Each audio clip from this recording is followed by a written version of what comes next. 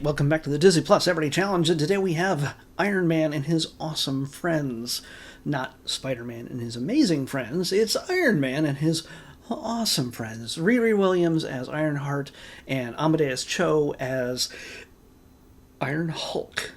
In this version, in the comics, Amadeus Cho is the totally awesome Hulk. Yeah, that was a thing for a while. He has a different name. I forget what it is now. He's sort of like a slimmed down, trimmed down, smart Hulk. Now that Bruce Banner has a Hulk, he's also now the Infernal Hulk. There's a whole,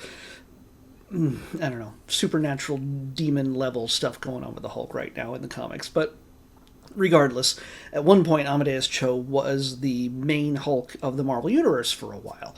And in this case, he's a child, like all the others right here. And he does not turn green. He does not turn into the Hulk at all. He wears green armor that gives him super strength.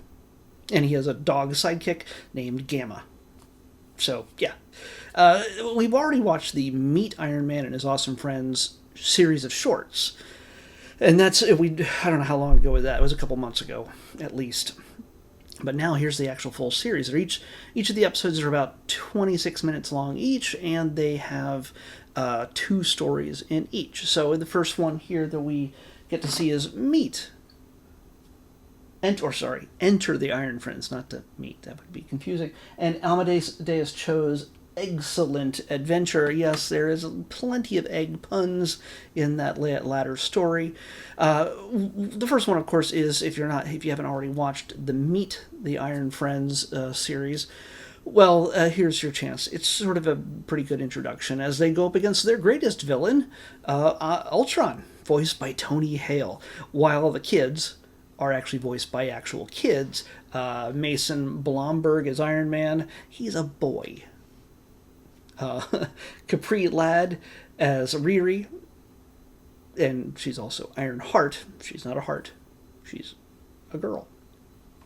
And Aiden An as Amadeus Cho. So, so we got kids, but we got adults playing the miniaturized and not so threatening versions of truly scary villains from the Marvel Universe. We know Ultron from the Age of Ultron movie, if you have not read the comics. Not James Woods, but either way, Ultron is, in the comics and everywhere else, a terrifying, ultra-powerful villain.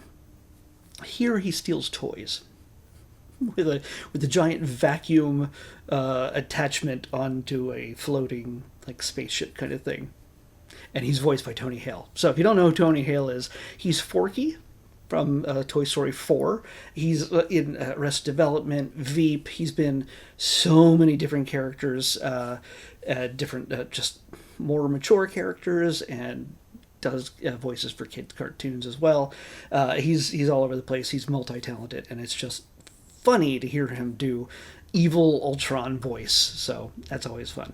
Vanessa Bayer is Swarm. We don't see her, but she shows up later. David Kay is Vision. We have so many characters. I'm not going to go through that. Howard Stark is played by John Stamos. What? Apparently, Tony's dad is alive in this one because he's still a child and does not own a goatee yet. I'm pretty sure he has a much better childhood here in this series. So yeah, this Disney Junior focused series is definitely for the little kids. There is action and adventure and solving problems together with your friends and battling not so scary bad guys. They cause trouble, sure, but there's always a problem to solve. Usually teamwork is employed, and even when the biggest problem is yourself. In the second half of this, which is Amadeus Cho's excellent adventure, he really loves food trucks, and there's an egg-based food truck, and that one is shaped like a chicken. And at some point he tries to help. Something is wrong with the food truck, and Amadeus tries to fix it, and he just kind of goes overboard. He is very, very smart. He is one of the top 10 smartest people in the Marvel Comics universe. He's like around 7 or so. You know, when you got Tony Stark, Reed Richards, Bruce Banner, we also have Moon Girl, and Valeria Richards, and Doom. We got all those. He's in that mix right there. He's super smart, and so he just kind of over engineers this until this food truck literally turns into a giant robo chicken, a robot chicken. How they did not get Seth Green to do the voice of the guy. Maybe he did. Maybe they did. Maybe I just didn't recognize it.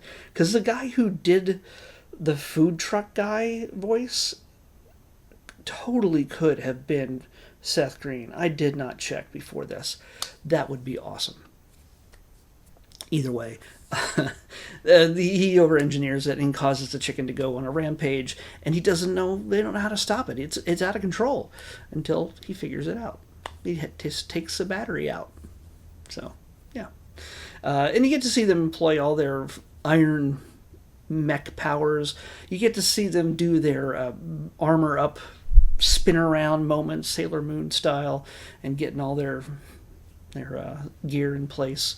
Yeah, so it's all just good, silly fun. Definitely for the kids. The adults who know the Marvel Universe might get a kick out of some of the little references and things like that. But for the most part, it's not for us. It's for your kids, your grandkids, whatever it is. If you want to introduce them to characters they might not recognize, and they might be a little bit too young to see in the movies, it will be jarring when they eventually see Tony Stark and everybody in their full-grown state in live action eventually. But it'll be jarring when they go from the Disney Junior version here to the MCU. But hey, you know what? It's always good to get them interested in hopefully reading the comics, but also enjoying some fun entertainment in the Marvel Universe.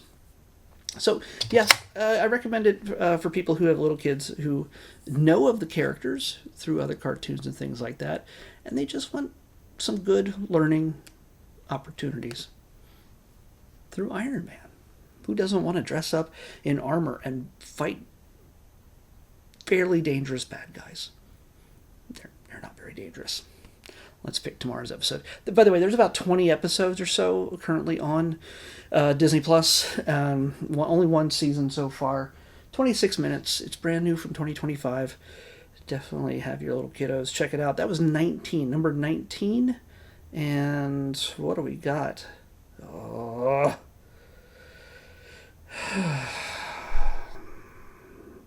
The bane of my existence. Well, we finally got on the documentaries, or this is actually a reality show. Reality concerts, live performances, and documentaries are all in the same muddled category. I really should break this down, but it's my last few months doing this, so I'm not going to change anything now. We're watching Dance Moms Miami.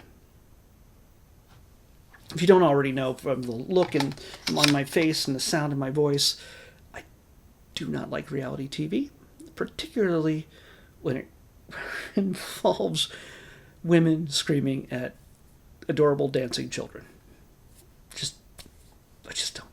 But hey, we're going to Miami, so it's going to be better?